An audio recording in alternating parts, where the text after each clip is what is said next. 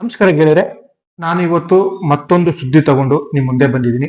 ಇವತ್ತಿನ ವಿಷಯ ಏನಪ್ಪಾ ಅಂದ್ರೆ, ನಮ್ಮ ಕೇಂದ್ರ ಸಚಿವರಾದಂತ ಎಚ್.ಡಿ. ಕುಮಾರಸ್ವಾಮಿ ಅವರು ಕೇಂದ್ರ ಸಚಿವರ ಸ್ಥಾನಕ್ಕೆ ರಾಜೀನಾಮೆ ನೀಡಿ ರಾಜ್ಯ ರಾಜಕಾರಣಕ್ಕೆ ಮರಳಿ ಬರ್ತಾ ಇದ್ದಾರೆ. ಎಸ್ ಸ್ನೇಹಿತರೆ, ಯಾಕೆ ಈ ವಿಷಯ ತುಂಬಾ ಇಂಪಾರ್ಟೆಂಟ್ ಅಂದ್ರೆ, ನಿಮ್ಗೆ ಗೊತ್ತು, 2 ದಿನಗಳ ಬ್ಯಾಕು ರಾಜ್ಯಸಭಾ ಎಲೆಕ್ಷನ್ ನಡೆಯುತ್ತೆ. ರಾಜ್ಯಸಭಾ ಎಲೆಕ್ಷನ್ ಅಲ್ಲಿ ಜೆಡಿಎಸ್ನ ಗೋವಿಂದೇಗೌಡರು ಸೋಲ್ತಾರೆ. ಅಂದ್ರೆ ಜೆಡಿಎಸ್ನ 18 MLA ಗಳಲ್ಲಿ 4 ಜನ MLA ಗಳು ಕ್ರಾಸ್ ವೋಟಿಂಗ್ ಮಾಡಿರ್ತಾರೆ, ಹಾಗೂ ಬಿಜೆಪಿಯ 4 ಜನ MLA ಗಳು ಕ್ರಾಸ್ ವೋಟಿಂಗ್ ಮಾಡಿರ್ತಾರೆ. ಟೋಟಲ್ ಆಗಿ ಬಿಜೆಪಿ ಮತ್ತು ಜೆಡಿಎಸ್ ಇಂದ 11 ವೋಟು ಕ್ರಾಸ್ ವೋಟಿಂಗ್ ಆಗಿರುತ್ತೆ. ಮಾನ್ಯ ಕುಮಾರಸ್ವಾಮಿ ಅವರು ಒಂದು ಮೀಟಿಂಗ್ ಕರೀತಾರೆ. ಜೆಡಿಎಸ್ನ MLA ಗಳು ಎಲ್ಲರೂ ಆ ಮೀಟಿಂಗ್ ಬಂದಿರ್ತಾರೆ. ಅದರಲ್ಲಿ ಜಿ.ಟಿ. ದೇವೇಗೌಡರು ಒಬ್ರು ಬಿಟ್ಟು ಜೆಡಿಎಸ್ನ MLA ಗಳೆಲ್ಲ ಕುಮಾರಸ್ವಾಮಿ ಅವರ ಮನೆಗೆ ಬಂದಿರ್ತಾರೆ. ಬಟ್ ಹಂಗಾರೆ ಕ್ರಾಸ್ ವೋಟಿಂಗ್ ಮಾಡಿದವರು ಯಾರು? ಇದು ಕುಮಾರಸ್ವಾಮಿ ಅವರಿಗೆ ತುಂಬಾ ತಲೆನೋವು ಪ್ರಶ್ನೆ ಆಗುತ್ತೆ. ಎಸ್, ಇಲ್ಲಿ ನಮ್ಮಲ್ಲಿ ಏನೋ ನಡೀತಾ ಇದೆ ಎಂದಾಗ ಏನ್ ಮಾಡಬೇಕು ಅಂದಾಗ ಅಮಿತ್ ಶಾ ಅವರು ಒಂದು ಕರೆ ಮಾಡ್ತಾರೆ. ಯಾರಿಗೆ? ಕುಮಾರಸ್ವಾಮಿ ಅವರಿಗೆ ಕರೆ ಮಾಡ್ತಾರೆ.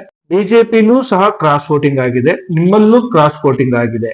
ಈಗ ಏನ್ ಮಾಡ್ಬೇಕು ಅಂದ್ರೆ, ನೀವು ರಾಜ್ಯ ರಾಜಕಾರಣಕ್ಕೆ ಹೋಗ್ಲೇಬೇಕಾಗುತ್ತೆ, ನೀವು ರಾಜ್ಯ ರಾಜಕಾರಣಕ್ಕೆ ಹೋಗ್ಬೇಕಾಗುತ್ತೆ ಅಂತ ಅಮಿತ್ ಶಾ ಅವ್ರು ಹೇಳ್ತಾರೆ. ಕುಮಾರಸ್ವಾಮಿ ಅವ್ರಿಗೂ ಅಮಿತ್ ಶಾ ಅವ್ರು ಹೇಳಿರೋದು ಸರಿ ಅಂತ ಅನ್ಸುತ್ತೆ. ಯಾಕೆ ಅಂದ್ರೆ, ಜೆಡಿಎಸ್ ಪಕ್ಷನ ಉಳಿಸ್ಕೊಳ್ಬೇಕಾದ ಅನಿವಾರ್ಯತೆ ಈಗ ಕುಮಾರಸ್ವಾಮಿ ಮೇಲಿದೆ.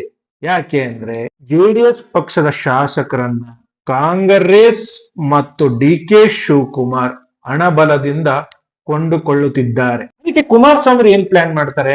ಎಸ್, ಇನ್ನ 2 ವರ್ಷ ಇದೆ ರಾಜ್ಯದಲ್ಲಿ ಎಲೆಕ್ಷನ್ ನಡೆಯೋದಕ್ಕೆ. ನಾನು ಈಗಲೇ ರಾಜ್ಯಕ್ಕೆ ಹೋದರೆ ನಮ್ಮ ಜೆಡಿಎಸ್ ಪಕ್ಷಕ್ಕೆ ಮತ್ತಷ್ಟು ಬಲ ಬರುತ್ತೆ ಅನ್ನೋದು ಒಂದು ಯೋಚನೆ ಮಾಡ್ತಾರೆ. ಹೌದು ಸ್ನೇಹಿತರೆ, ಯಾಕೆ ಈ ವಿಷಯ ಹೇಳ್ತಾ ಇದ್ದೀನಿ ಅಂದ್ರೆ, ಕುಮಾರಸ್ವಾಮಿ ಅವರಿಗೆ ಕೇಂದ್ರದಲ್ಲಿ ಇರೋದಕ್ಕಿಂತ ರಾಜ್ಯದಲ್ಲಿ ಇರುವುದೇ ತುಂಬಾ. ಯಾಕೆ ಅಂದರೆ, ಕುಮಾರಸ್ವಾಮಿ ಅವರು ರಾಜ್ಯದ ಬಡವರ ಪರವಾಗಿ ಕೆಲಸ ಮಾಡಲು ಹುಮ್ಮಸ್ಸಿನಿಂದ ಇರ್ತಾರೆ. ಇದಕ್ಕೆ ಅಮಿತ್ ಶಾ ಹಾಗೂ ಕೇಂದ್ರದ ನಾಯಕರು ಸಪೋರ್ಟ್ ಮಾಡಲು ಮುಂದಾಗಿದ್ದಾರೆ ಅಂತ ಬಂದ ಮೂಲಗಳು ತಿಳಿಸ್ತಾ ಇದೆ. ಈಗ ಕುಮಾರಸ್ವಾಮಿ ಅವರು ಏನ್ ಮಾಡ್ತಾ ಇದ್ದಾರೆ ಅಂದ್ರೆ, ಹಿರಿಯೂರಿನಲ್ಲಿ ಈಗ ಬೈ ಎಲೆಕ್ಷನ್ ನಡೆಯುವ ಸಾಧ್ಯತೆಗಳಿದೆ. ಅದಕ್ಕಾಗಿ ಕುಮಾರಸ್ವಾಮಿ ಅವರಿಗೆ ಒತ್ತಡ ಜಾಸ್ತಿ ಆಗಿದೆ, ನೀವೇ ನಿಲ್ಲಿ ಅಂತ ಕಾರ್ಯಕರ್ತರು. ಬಟ್ ಕುಮಾರಸ್ವಾಮಿ ಅವರ ಕಡೆಯಿಂದ ಇದಕ್ಕೆ ಇನ್ನ ರೆಸ್ಪಾಂಡ್ ಯಾವುದು ಸಿಕ್ಕಿಲ್ಲ.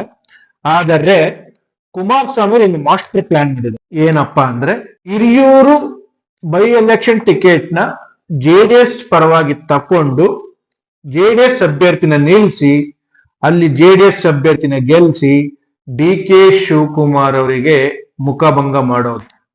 ಎಸ್ ಸ್ನೇಹಿತರೆ, ಇದು ಕುಮಾರಸ್ವಾಮಿ ಅವರ ಮಾಸ್ಟರ್ ಪ್ಲಾನ್. ಯಾಕೆ ಅಂದ್ರೆ, ಕುಮಾರಸ್ವಾಮಿ ಅವರು ಕೇಂದ್ರದಿಂದ ರಾಜ್ಯಕ್ಕೆ ಬಂದಾಗ ಫಸ್ಟ್ ಹಿರಿಯೂರು ಗೆದ್ದರೆ ಕುಮಾರಸ್ವಾಮಿ ಮತ್ತು ಜೆಡಿಎಸ್ ಕಾರ್ಯಕರ್ತರಿಗೆ ಬಲ ಬರುತ್ತೆ ಅನ್ನೋದು ಕುಮಾರಸ್ವಾಮಿಯ ಆಶಯ. ಯಾಕೆ ಈ ವಿಷಯ ಹೇಳ್ತಾ ಇದ್ದೀನಿ ಅಂದ್ರೆ, 28ಕ್ಕೆ ಕಾಂಗ್ರೆಸ್, ಜೆಡಿಎಸ್ ಮತ್ತು ಬಿಜೆಪಿ 3 ಪಕ್ಷಗಳು ಈಗಾಗಲೇ ತಯಾರಿ ಮಾಡಿಕೊಳ್ತಾ ಇದೆ. ಕಾಂಗ್ರೆಸ್ ಇಂದ ಡಿ.ಕೆ. ಶಿವಕುಮಾರ್ ಅವರು 28ಕ್ಕೆ ನಾನೇ ಸಿಎಂ ಅಂದ ಹೋಗಿ ಬಂದಲ್ಲಿ ಹೇಳ್ಕೊಂಡು ತಿರುಗ್ತಾ ಇದ್ದಾರೆ. ಜೆಡಿಎಸ್ ಇಂದ ಕುಮಾರಸ್ವಾಮಿ ಅವರು ನಾನೇ ಸಿಎಂ ಅಂತ ಕಾರ್ಯಕರ್ತರು ಹೇಳ್ತಾರೆ, ಕುಮಾರಸ್ವಾಮಿ ಅವರ ಕಾರ್ಯಕರ್ತರು ಹೇಳ್ತಾ ಇದ್ದಾರೆ. ಬಿಜೆಪಿಯಿಂದ ವಿಜೇಂದ್ರ ಸಿಎಂ ಅನ್ನೋದು. ಆದರೆ ಕೇಂದ್ರ ನಾಯಕರ ಅಭಿಪ್ರಾಯ ಏನಂದ್ರೆ, ಜೆಡಿಎಸ್ ಮತ್ತೆ ಬಿಜೆಪಿ ಜೊತೆಯಾಗಿ ಹೋಗಿ ಕುಮಾರಸ್ವಾಮಿ ಅವ್ರನ್ನ ಸಿಎಂ ಮಾಡುವ ಉದ್ದೇಶ ಕೇಂದ್ರ ನಾಯಕರಿಗಿದೆ. ಎಸ್ ಸ್ನೇಹಿತರೆ, ಅದಕ್ಕಾಗಿ ಅಮಿತ್ ಶಾ ಬಿಜೆಪಿಯ ರಾಷ್ಟ್ರ ಅಧ್ಯಕ್ಷರು ಕುಮಾರಸ್ವಾಮಿ ಅವರಿಗೆ ಕರೆ ಕೊಟ್ಟಿದ್ದಾರೆ. ಏನಂದರೆ, ನೀವು ಈಗಲೇ ರಾಜ್ಯ ರಾಜಕಾರಣಕ್ಕೆ ಹೋಗಿ ಪಕ್ಷನ ಬಲಪಡಿಸಿ, ನಿಮ್ಮ ಹಿಂದೆ ನಾವಿರ್ತೀವಿ ಅಂತ.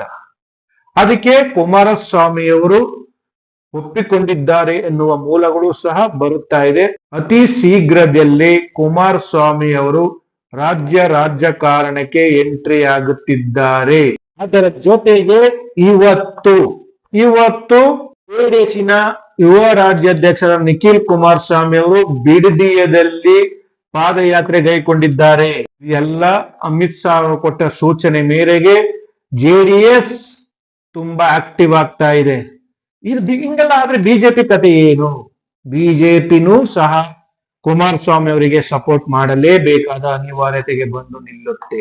ಅದಕ್ಕೆ ರಾಜ್ಯ ರಾಜಕಾರಣಕ್ಕೆ ಕುಮಾರಸ್ವಾಮಿ ಅವರು ಎಂಟ್ರಿ ಆಗ್ತಾ ಇದ್ದಾರೆ. ಮುಂದಿನ ಸಿಎಂ ಯಾರು ಅನ್ನುವುದನ್ನ ಕೇಂದ್ರದ ನಾಯಕರು ಮತ್ತೆ ದೇವೇಗೌಡರು ನಿರ್ಧಾರ ಮಾಡ್ತಾರೆ. ವೀಕ್ಷಕರೇ, ಇದ್ರ ಬಗ್ಗೆ ನಿಮ್ಗೆ ಏನ್ ಅನಿಸ್ತು ಅಂತ ಕಾಮೆಂಟ್ ಮುಖಾಂತರ ದಯವಿಟ್ಟು ತಿಳಿಸಿ. ಪ್ರಿಯ ವೀಕ್ಷಕರೇ, ಸಿನಿಮಾ, ರಾಜಕೀಯ, ವಿಚಾರ, ವಿಮರ್ಶೆ, ಸಂದರ್ಶನ ಹಲವಾರು ವಿಷಯಗಳಿಗಾಗಿ ನಮ್ಮ ಆದಿಪುರುಷ ಸ್ಟುಡಿಯೋಸ್ ಚಾನೆಲ್ಗೆ ಸಬ್ಸ್ಕ್ರೈಬ್ ಮಾಡಿ. ಲೈಕ್, ಶೇರ್, ಕಮೆಂಟ್ ಮಾಡುವುದರ ಮೂಲಕ ನಿಮ್ಮ ಬೆಂಬಲ ವ್ಯಕ್ತಪಡಿಸಿ. ಮತ್ತೆ ಸಿಗೋಣ.